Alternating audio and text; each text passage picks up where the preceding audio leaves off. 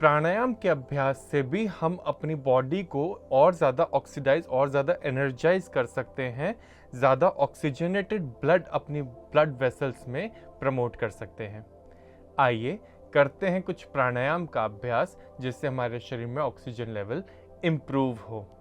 अपने आप से ये वादा करते हुए कि हमने अपनी डिस्क की समस्या को और अन्य सभी समस्याओं को जड़ से खत्म करना है।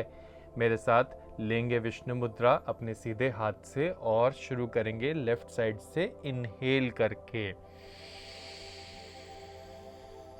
राइट से एक्सहेल,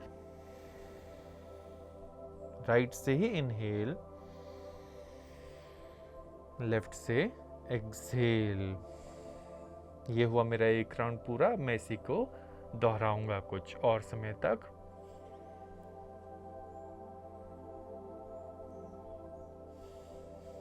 बेहद आनंद के साथ, बेहद शांति के साथ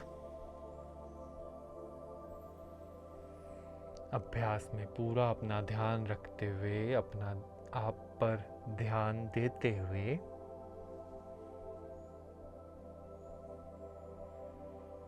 मुखमंडल पर मंद मुस्कान बनी रहे और माथे पर कोई शिकन ना आए, चेहरे पर कोई तनाव ना आए, शरीर में किसी भी हिस्से पर कोई तनाव ना आए, कोई मन में दूसरा विचार ना आए, कोई भाव ना आए। सिर्फ और सिर्फ हम अपने अभ्यास पर पूर्ण रूपेण एकाग्र चित्त रहें।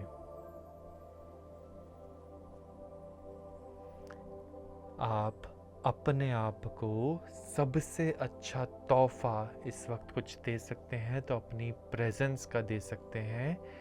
इस प्रेजेंट मोमेंट में प्रेजेंट रह करके अपने आप को प्रेजेंट दे सकते हैं।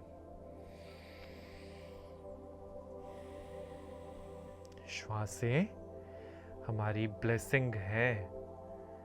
हम इस समय में श्वास ले पा रहे हैं तो ये श्वास हमारी है और ये समय हमारा है। हमें इस बात का एहसास होना चाहिए कि इस समय में हम जीवित हैं, तो इस समय के हम मालिक हैं।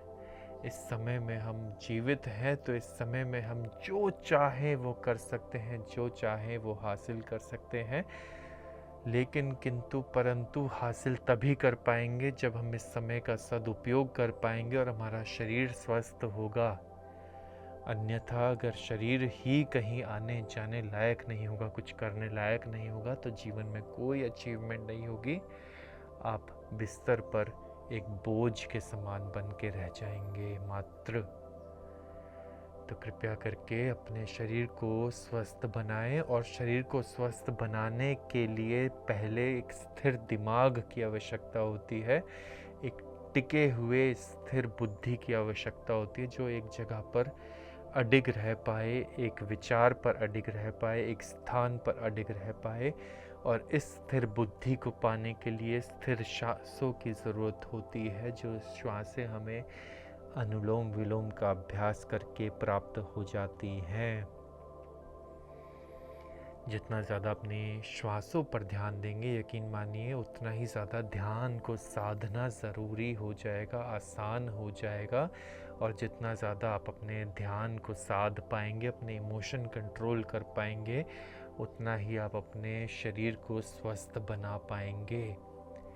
क्योंकि मैंने अक्सर देखा है कि लोग मोटापे से ग्रसित इसलिए नहीं हो जाते कि उन्हें कोई शारीरिक समस्या है, बल्कि इसलिए हो जाते हैं कि वो अपने इमोशन पे कंट्रोल नहीं कर पाते और इमोशनल ईटिंग करने लगते हैं। जब भी दुखी होते हैं तब खा करके ज़्यादा अपना डोपामाइन लेवल बढ़ाने की कोशिश करते हैं, जिससे उनके शरीर में मेटाबॉलिज्म गिरने लगता है और वो वेट गेन करने लगते हैं। अन्य कई समस्याएं जैसे थायराइड, शुगर, बीपी जैसी समस्याएं भी उन्हें घेर लेती हैं। तो यदि दिमाग आपका स्थिर होगा तो आप वज़न तो कंट्रोल कर ही लेंगे, वज़न को बढ़ने भी नहीं देंगे, अपितु अपनी अन्य शारीरिक समस्याएं भी आप अपने मस्तिष्क की क्षमताएं बढ़ा करके, स्थिरता बढ़ा करके, एकाग्रता बढ़ा करके ठीक कर सकते हैं, क्योंकि तभी आप रात को सोएंगे भी ठीक से। अन्यथा दिमाग स्थिर नहीं होगा, दिमाग सेंटर में नहीं होगा तो नींद भी नहीं आएगी और फिर रात में भूख भी लगेगी, इमोशनल ईटिंग भी होगी, क्योंकि वर्तमान में नहीं रह पाएंगे और भूत और भविष्य आपको परेशान करने लगेंगे, भूतकाल की स्मृतियाँ आपको तंग करने लगेंगी और फिर आप और खाएंगे और इस लूप में फंसते चले जाएंगे, चक्र में धंसते चले जाएंगे, दलदल से बाहर नहीं निकल पाएंगे। इसीलिए कहता हूँ अपनी श्वासों को साध लो, अपने आप को साध लो, अपने ध्यान को साध लो, अपने शरीर को साध लो और आपका जीवन कितनी सफलतापूर्वक आसान हो जाएगा। आप सफल हो जाएंगे, अपने मकसदों में सफल हो जाएंगे, किसी बड़े कार्य को सफल करने हेतु आप सक्षम हो जाएंगे। यूं ही नहीं लोगों ने रॉकेट बना दिए, एरोप्लेन बना दिए, इतने बड़े बड़े कार्य कर दिए और आप यहाँ अपनी दैनिक समस्याओं में उलझ कर रह जाते हैं। क्यों भला? क्या फ़र्क है आप में और उनमें? बस इसी सधे हुए दिमाग का फ़र्क है, सधे हुए शरीर का फ़र्क है, सधी हुई श्वासों का फ़र्क है।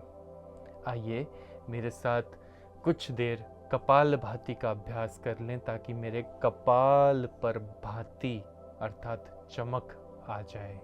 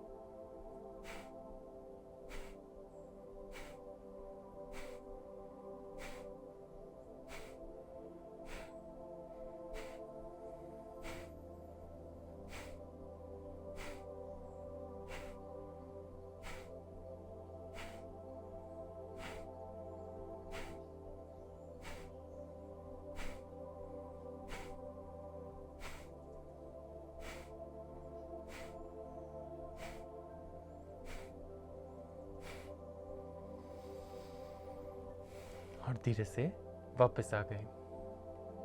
मेरे साथ कुंभक का अभ्यास अर्थात मैं अपनी श्वासों को रोकने का प्रयास करूंगा। इस श्रृंखला में मैं पूरक, रेचक और कुंभक तीनों का अभ्यास करूंगा, जो कि इक्वल प्रोपोर्शन से अर्थात 5 सेकंड, 5 सेकंड और 5 सेकंड का होगा। मैं यहाँ पर आंतरिक कुंभक का अभ्यास करूंगा अर्थात श्वास लेने के बाद मैं अपनी श्वासों को 5 सेकंड के लिए रोकूंगा। उम्मीद करता हूँ आप मेरे साथ अभ्यास कर रहे हैं इस वक्त। मैं अच्छी सी इनहेल से शुरू करूंगा। मैं अपने हाथ को जब ऊपर की तरफ फेस करके ऊपर ले जाऊं तो आप समझें कि मैं इनहेल कर रहा हूं। जब मैं अपने हाथ की मुट्ठी को बंद कर लूं इस प्रकार तो आप समझें कि मैंने श्वास को रोका हुआ है, और जब मैं हाथ को नीचे की तरफ ले जाऊं तो आप समझें कि मैं श्वास को इस वक्त निकाल रहा हूं। मेरे साथ नॉर्मल स्पीड से इनहेल किया और नॉर्मल स्पीड से एक्सहेल कर दिया, अपने आप को पूर्ण रूपेण रिलैक्स करने के लिए। और अब 5, 4, 3, 2, 1 होल्ड किया फॉर 5, 4, 3, 2, 1 एक्सहेल किया फॉर 5, 4, 3, 2 और 1। ये था मेरा कुंभक का अभ्यास। आज हम लोग बात कर रहे हैं स्लिप डिस्क की समस्या के बारे में और अब बात कर लेते हैं आपके फेवरेट सेगमेंट की तरफ, जहाँ पे मैं आपको बताता हूँ कि आपको क्या खान पान में बदलाव लाने की ज़रूरत है और क्या लाइफस्टाइल चेंज करने की ज़रूरत है। देखिए, जैसे कि मैंने शो की शुरुआत में आपको बताया था कि हमारी डिस्क की समस्या हमारी लेथार्जी की वजह से या ऑक्यूपेशनल रीजंस की वजह से या अन्य कई कारणों की वजह से हमें हो जाती है। तो हमें सरलता से उन्हीं कारणों को रिवर्स करने की ज़रूरत है। अर्थात अगर हमें स्लिप डिस्क की समस्या हो गई है तो लाइफस्टाइल चेंज के तौर पर हमें सबसे पहले रोज़ाना नियमित योग अभ्यास का एक कानून अपने जीवन में बना लेना चाहिए। योग अभ्यास के बाद प्राणायाम का कानून हमें बना लेना चाहिए, क्योंकि ऑक्सीजन सप्लाई शरीर में जितनी ज़्यादा होगी उतनी ही ज़्यादा मेरी डिस्क में ऑक्सीजन पहुंचेगी और मेरी डिस्क वापस से अपनी जगह पर आएंगी। उनमें ऑक्सीजन सप्लाई बढ़ेगी तो मतलब ब्लड फ्लो भी बढ़ेगा। इसके बाद अगर कोई चीज़ अहम भूमिका निभाती है तो वो है पानी का इंटेक। शरीर में लचीलापन बरकरार रखने हेतु हमें पानी का ज़्यादा से ज़्यादा इंटेक रखना चाहिए, क्योंकि जितना ज़्यादा हमारा शरीर सूखेगा उतना ज़्यादा वो कठोर बन जाएगा और उतनी ही ज़्यादा हमारी डिस्क कठोर बन जाएंगी। शरीर में मैंने आपको बताया था कि डिस्क अंजीर नुमा होती है, अर्थात अंजीर के जैसी होती है। अब मान लीजिए वो अंजीर बहुत ज़्यादा सूख जाए तो वो कठोर बन जाएंगी और फिर उनमें टूट फूट बहुत जल्दी होती है, उनमें स्लिप होने की समस्या बहुत जल्दी हो जाती है। तो आप उस पेड़ की भांति एग्जाम्पल लें जो तूफान में आने पर झुक जाता है और तूफान के वापस चले जाने पर सीधा खड़ा हो जाता है। आपका शरीर भी ठीक वैसा ही होना चाहिए। उसके बाद आप नियमित फलों का सेवन करें ज़्यादा से ज़्यादा, जिसमें पानी की क्वांटिटी हो, और ज़्यादा से ज़्यादा सलाद का सेवन भी करें। इससे भी आपके शरीर में लचीलापन बरकरार रहेगा और आपकी स्किन भी अच्छी रहेगी, ग्लो करेगी, आप हेल्दी फील करेंगे, एक्टिव रहेंगे, आपको डार्क सर्कल्स की समस्या भी नहीं होगी और आपकी हेयर क्वालिटी भी अच्छी रहेगी। इसके साथ साथ आपका उदर प्रदेश संबंधी सभी रोग भी आपसे दूर रहेंगे। इसके बाद आपको यदि कुछ करना है तो वो है गुड नाइट स्लीप, और इस गुड नाइट स्लीप के द्वारा आप अपने पोस्चर को करेक्ट कर सकते हैं। आप बहुत ज़्यादा सॉफ्ट मैट्रेस लेने की कोशिश ना करें। कोशिश करें रोज़ाना दिन भर में कम से कम 5 मिनट 10 मिनट सीधे ज़मीन पर लेट करके भी अपने आप को स्थिर करें, अपनी कमर को सीधा होने दें। इसके बाद स्ट्रेस का जो है बहुत अहम रोल है। आपके शरीर में यदि कॉर्टिज़ोल की प्रोडक्शन बहुत ज़्यादा होगी तो भी आपका स्लिप डिस्क की समस्या देर से ठीक होगी या फिर आपको समस्या बढ़ भी सकती है। आइए बात करते हैं मुद्रा के ऊपर। बात कर रहे हैं मेरुदंड मुद्रा के बारे में। आप अपनी कमर की भांति अपने अंगूठे को जब सीधा रखने का प्रयास करते हैं तो इसकी वजह से आपके शरीर में कुछ पॉइंट्स को हम चैनलाइज करते हैं जो आपकी कमर से सीधे रिलेशन रखते हैं। हमारे जो अंगूठे का पिछला भाग होता है वो हमारी स्पाइन को रिप्रेजेंट करता है और हमारे पोस्चर को रिप्रेजेंट करता है। यदि हम इसे पीछे की तरफ खींचने का प्रयास करेंगे तो मानो हम अपनी कमर को पीछे की तरफ खींच रहे हैं और अपनी कमर को सीधा करने की कोशिश कर रहे हैं। इससे हम अपनी वर्टिब्रेज को और ज़्यादा एनर्जाइज कर देते हैं।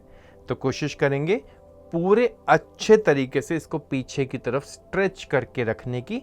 रोज़ाना 10 मिनट शांति से एकाग्रता से बैठ करके ये अभ्यास किया जा सकता है। इससे कमर की हमारी मजबूती बढ़ जाती है। आप इसे इस तरीके से या फिर इस तरीके से भी रख सकते हैं।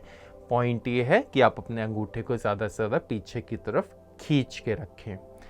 बात करते हैं आज के सुविचार के बारे में। जो व्यक्ति सत्य का अध्ययन करता है और धर्म का पालन करता है उसे दोबारा जन्म लेने की आवश्यकता नहीं पड़ती। आप सभी का बहुत बहुत धन्यवाद। एक बेहतर समाज की उम्मीद में हम पुनः मुलाकात करेंगे।